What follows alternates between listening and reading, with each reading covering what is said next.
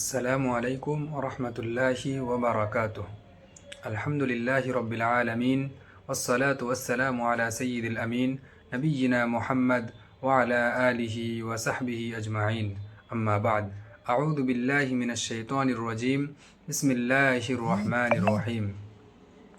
ইয়া আইয়ুহাল্লাযীনা আমানু কুতিবা আলাইকুমুস সিয়াম কামা কুতিবা আলাল্লাযীনা মিন ক্বাবলিকুম লাআল্লাকুম তাত্তাকুন।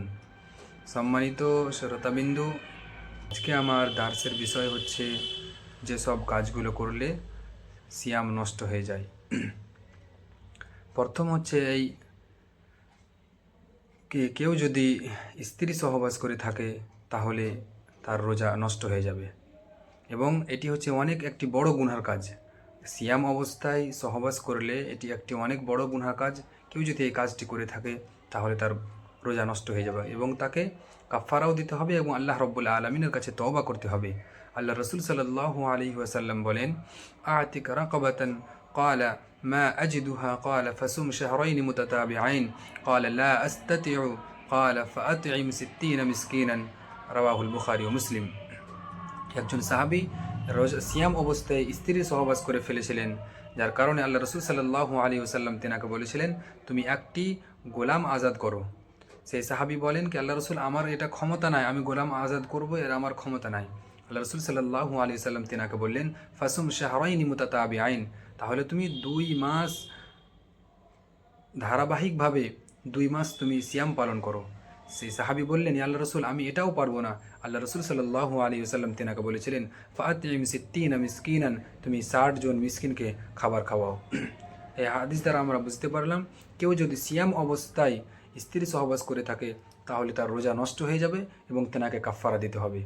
2 নম্বর যেটি আমাদের রোজা নষ্ট হয়ে যাবে সেটি হচ্ছে এই, কেউ যদি ইচ্ছাকৃত বীর্যপাত করে থাকে তাহলে তার রোজা নষ্ট হয়ে যাবে, সেটি যে কোনো মাধ্যমে হোক না কেন। কেননা একজন রোজাদার ব্যক্তি আল্লাহ রব্বুল আলমিনের জন্য নিজের খাবার, পানাহার এবং শাহওয়াতের প্রত্যেকটা কাজকে আল্লাহ রব্বুল আলমিনের জন্য শুধু ছেড়ে দেন। আল্লাহ রব্বুল আলমিন হাদিসের কুদসির মধ্যে বলেন, ইয়াতরুকু তুআমাহু ওয়া শারাবাহু ওয়া শাহওয়াতাহু মিন আজলি। বুখারীর হাদিস, কে রোজাদার নিজের খাবার, পানাহার এবং নিজের শাহওয়াত শুধু আল্লাহ রব্বুল আলমিনের জন্য ছেড়ে দেন। 3 নম্বর যেটি আপনাদের সামনে কথা রাখবো সেটি হচ্ছে এই, যেই কাজগুলো করলে আমাদের রোজা নষ্ট হয়ে যায়। কেউ যদি খাবার খেয়ে নেয়, জেনে বুঝে খেয়ে নেয়, এবং খাবার সেই মুখমণ্ডলের মাধ্যমে হোক না কেন এবং নাকের মাধ্যমেও যদি খাবার কেউ পেটের মধ্যে যায় তাহলেও তার রোজাটি নষ্ট হয়ে যাবে। আল্লাহ রব্বুল আলমিন সূরাতুল বাকারা আয়াত নম্বর 187 মধ্যে বলেন, ওয়াকুলু ওয়াশরাবু হাত্তা ইয়াতাবায়্যানা লাকুমুল খাইতুল আবিয়াদু মিনাল খাইতিল আসওয়াদি মিনাল ফজর সুম্মা আতিম্মুস সিয়ামা ইলাল লাইল। তোমরা ততক্ষণ পর্যন্ত খেতে থাকো যতক্ষণ পর্যন্ত সুবহে সাদিক না হয়ে যাবে, মানে ফজরের আজান যখন হয়ে যাবে তখন আর আমরা খেতে পাবো না। এরপরে যদি কেউ জেনে বুঝে খেয়ে থাকে তাহলে তার রোজা নষ্ট হয়ে যাবে। 3 নম্বর যেটি কাজ আমরা করলে আমাদের রোজা নষ্ট হয়ে যাবে সেটি হচ্ছে, খাবারের মতোই অনেক জিনিস রয়েছে, খাবার নয় কিন্তু খাবারের মতোই আবার সেই কাজগুলো যদি আমরা করে থাকি তাহলে সেইগুলো দিয়েও আমাদের রোজা নষ্ট হয়ে যাবে। যেমন কেউ যদি এমন ইনজেকশন নিয়ে থাকি যে ইনজেকশন দ্বারা খাবারের শরীরের মধ্যে শক্তি পাওয়া যায়, ক্ষমতা পাওয়া যায় এবং খাবারের কাজ করে, সেই ইনজেকশনগুলো দিয়েও আমাদের রোজা নষ্ট হয়ে যায়। এবং 5 নম্বর সেটি হচ্ছে এই, কেউ যদি জেনে বুঝে উল্টি করে থাকে তাহলে তার রোজা নষ্ট হয়ে যাবে।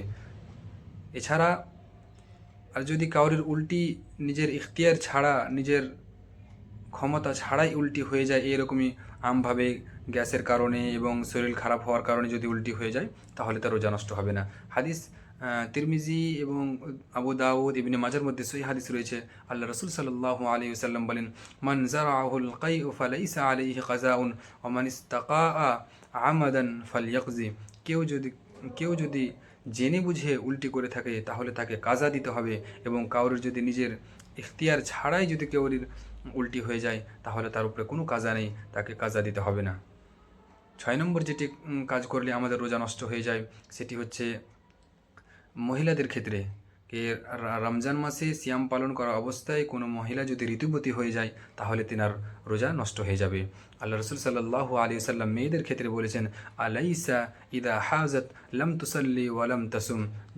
বুখারীর হাদিস, কেউ যদি রোজা অবস্থায় থাকে এবং তার যদি ঋতুবতী হয়ে যায় তাহলে তেনার রোজা নষ্ট হয়ে যাবে। এবং যদি এছাড়াও অনেক কাজ রয়েছে যেগুলো আমরা যদি সিয়াম অবস্থায় করে থাকি তাহলে সেই কাজগুলো দিয়ে আমাদের রোজা নষ্ট হয়ে যেতে পারে।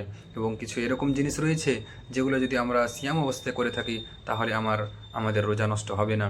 তার মধ্যে একটি হচ্ছে, কেউ যদি সিয়াম পালন করার সময় যদি চোখে সুরমা লাগিয়ে থাকে তাহলেও তার রোজা নষ্ট হবে না। এবং কেউ যদি চোখের মধ্যে কানের মধ্যে যদি কোনো ওষুধ দিয়ে থাকে তাহলে তার সিয়াম অবস্থায় তাহলে তার সিয়াম নষ্ট হবে না। এবং কেউ যদি এমন ইঞ্জেকশন দিয়ে থাকে যে ইঞ্জেকশনগুলো শুধু এলাজ করার জন্য থাকে, চিকিৎসার জন্য থাকবে, সেই ইঞ্জেকশনগুলো দিয়েও সিয়াম নষ্ট হবে না। এবং কেউ যদি রমজান মাসে বেশি বেশি করে মিসওয়াক করে থাকে, দাঁতুন করে থাকে, তাহলে তেনারও সিয়াম নষ্ট হবে না। এবং কেউ যদি গরমের কারণে দেখা গিয়েছে গরমের সময় সিয়াম থাকলে, এই বছর তো আমাদের শীতকালের সিয়াম, কিন্তু যদি গরমের সময় যদি রোজা থাকে এবং গোসল করে থাকে কয়েকবার পানি ঠান্ডা ঠান্ডা পাওয়ার জন্য শরীরে, এবং সে যদি সিয়াম পালন করে থাকে তাহলে তেনারও সিয়াম নষ্ট হবে না। অবশেষে আল্লাহ রব্বুল আলমিনের কাছে প্রার্থনা, আল্লাহ রব্বুল আলমিন এই পবিত্র রমজান মাসকে যেন আমরা ভালোভাবে অতিবাহিত করতে পারি এবং আমরা যেন ভালোভাবে বেশি বেশি নেকির কাজগুলো এই সিয়াম অবস্থায় আমরা করতে পারি। এবং যেই কাজগুলো আমাদের সিয়াম নষ্ট করে দিবে সেই কাজগুলো থেকে যেন আমরা বিরত থাকার পুরোপুরি চেষ্টা করি এবং সেই কাজগুলো থেকে যেন আমরা দূরে থাকি। আল্লাহ রব্বুল আলমিন আমাদের তৌফিক দাও। আমিন। আসসালামু আলাইকুম ওয়া রাহমাতুল্লাহি ওয়া বারাকাতুহু।